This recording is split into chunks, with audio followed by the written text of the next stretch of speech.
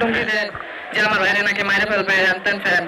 পরে আমার ভাই একটু আগে বলতো যে তার ওই আগের যে দুই হাজবেন্ড ওই দুইজন নাকি ছিল এই যে এই কাজ করার সময়, ইমন শাওন এই যে এরা নাকি ছিল, এরা সবাই মিলে নাকি এই কাজ করছে।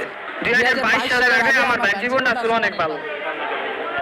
তারা এমন কোনো মানুষ ছিল না যে নাচি না, সে নাটকের দিক দিয়ে অনেক ভালো ছিল। আর এখন 2024 সালে তার এই অবস্থা। এখন ডাক্তার অপারেশন করছে, এখন ডাক্তার বলছে যে বাকিটা আল্লাহর হাতে। অপারেশন করছে, তারা কিছুদিন দেখবে, যদি হয়তো হইলো। যেহেতু ভালোই মানে এখন একটু আগে থেকে একটু সুস্থ আছে, এখন রক্তমুক্ত লাগবে, রক্ত দিতে হইব। ওইটা তো আমি বলতে পারি না, কিন্তু আমার ভাইয়া যতটুকু বলছে আমি ততটুকু বলতেছি। আমার ভাইয়া বলছে যে তারা নাকি তারা নাকি মদ টদ খাওয়াইছে রাত্রে, বিয়ার বইলা এগুলা খাওয়াইয়া পরে তারা ওই স্বামী এদের নিয়ে এই কাজটা করছে। তারা আধা ঘন্টা পর নাকি ভাইয়া মানে আলাপ পাইছে যে এই কাজটা করছে। পরে উইচা ভাইয়া দৌড়ে গেছে যে থানায় যাওয়ার পরে যে তারপরে থানাতে আমাদের ফোন দিচ্ছে। ওইটা তো শুনছি যে ওরা নাকি কোর্টে চালান করা হয়েছে থানা থেকে। এখন দেখি কি করে। আইনার আমরা একটা বিচার চাই যে আমার ভাইটার আজকে অবস্থা, সারাদেশবাসীর কাছে বিচার চাই। মানে আমি কি বলবো এই মহিলার কথা, এই মহিলাকে ঘন্টাখানি আগে চালান করা হয়েছে নারায়ণগঞ্জ কোর্টে, কিন্তু এই মহিলা এত জঘন্য খারাপ যে মহিলা নাকি থানা থেকে জুনিয়র সাকিবের মাকে কাজকলা দেখাইছে, তুই আমার এইটা করবি। তো এত বড় একটা অন্যায় করে তার বুক কাঁপলো না? একটা মানুষ হিসাবে তো বুক কাঁপে যে একটা, ভাবলাম যে ওর কোনো সম্পর্ক নাই ওর সাথে, একটা মানুষকে কিভাবে এইভাবে মানে একটা ছেলের অঙ্গ কেটে ফেলা মানে তার জীবন শেষ করে দেওয়া।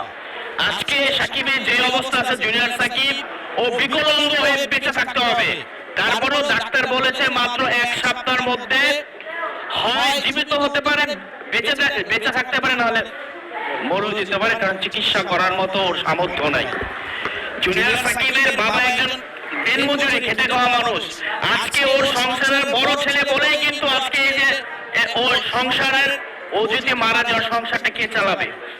সংসারের বড় ছেলের অনেক দায়িত্ব থাকে। আজকে ওর ছোট ভাই, আরো ছোট ভাই আছে, সবাই সংসারটা কিন্তু ও দেখতো। আজকে দেখেন এই ছেলেটা যদি মারা যায় তাহলে আজকে এই সংসারটা কে দেখবে? ওর অবশ্যই ওর চিকিৎসা করার জন্য অর্থ প্রয়োজন, চিকিৎসা করাতে পারছে না। ওর বাবা মা খুবই দরিদ্র একটি ছেলে, চিকিৎসার অর্থের জন্য কিন্তু ছেলেটা মারাও যেতে পারে। আসলে মুখে হাসি অন্তরে বিষ। মানুষের মুখ দেখে কখনো বলা যায় না তার মনের ভিতরে কি আছে। এই মেয়েটা দেখেন, এই মেয়েটা তার প্রথম স্বামী ইমন, দ্বিতীয় স্বামী শাওন, এদেরকে উপস্থিত রেখে এই জুনিয়র সাকিবকে অচেতন করে তার পুরুষাঙ্গ কেটেছে। জুনিয়র সাকিবের যখন অপারেশন থিয়েটার থেকে বের হয়েছে খুব কষ্ট করে কেঁদে কেঁদে বলেছে, ভাই আমারে বাঁচান, আমি মরে যাচ্ছি ভাই। এই যে কথাটা বলছে, আমরা জিজ্ঞাসা করছিলাম কে কে ছিল, তখন বলছে শিখার প্রথম স্বামী ইমন, দ্বিতীয় স্বামী শাওন এবং শিখার ছেলে মেয়ে সকলেই ছিল।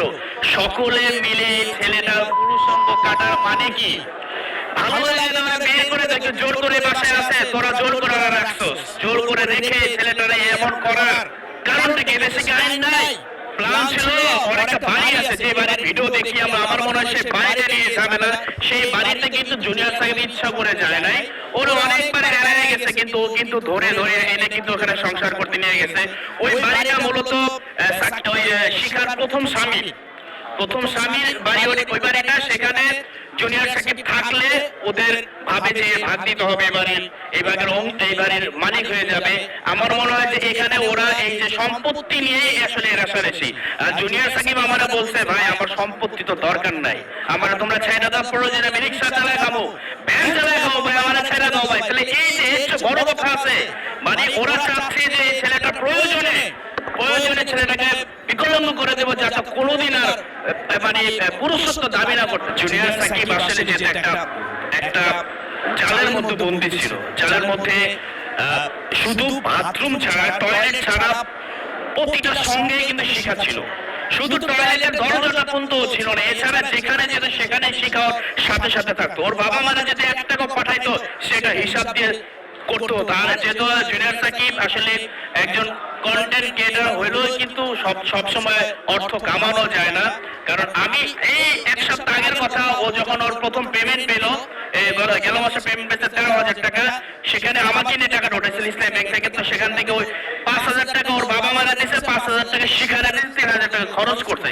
তাহলে এই যে তখন দেখছি খুব ভালো সম্পর্ক। তো আসলে এই যে প্ল্যানটা করা, আমার মনে হয় যে শিখা যতটা বোকা মনে হয়, মানসিক প্রতিবন্ধী মনে হয়, তার চেয়ে বেশি জঘন্য হচ্ছে ডেঞ্জারাস।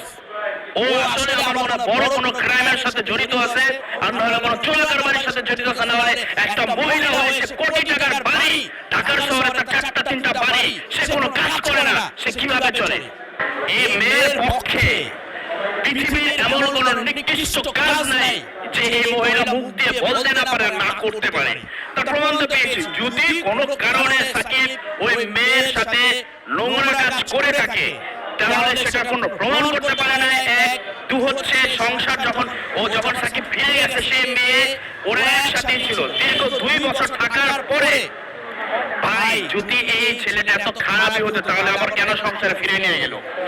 আমি বলতে এই মহিলাটার পক্ষে পৃথিবীর সর্বনিম্ন কাজটা করা, মানে ওর এত খারাপ মানুষ, আমার মনে হয় যে ওর পক্ষে সবই সম্ভব।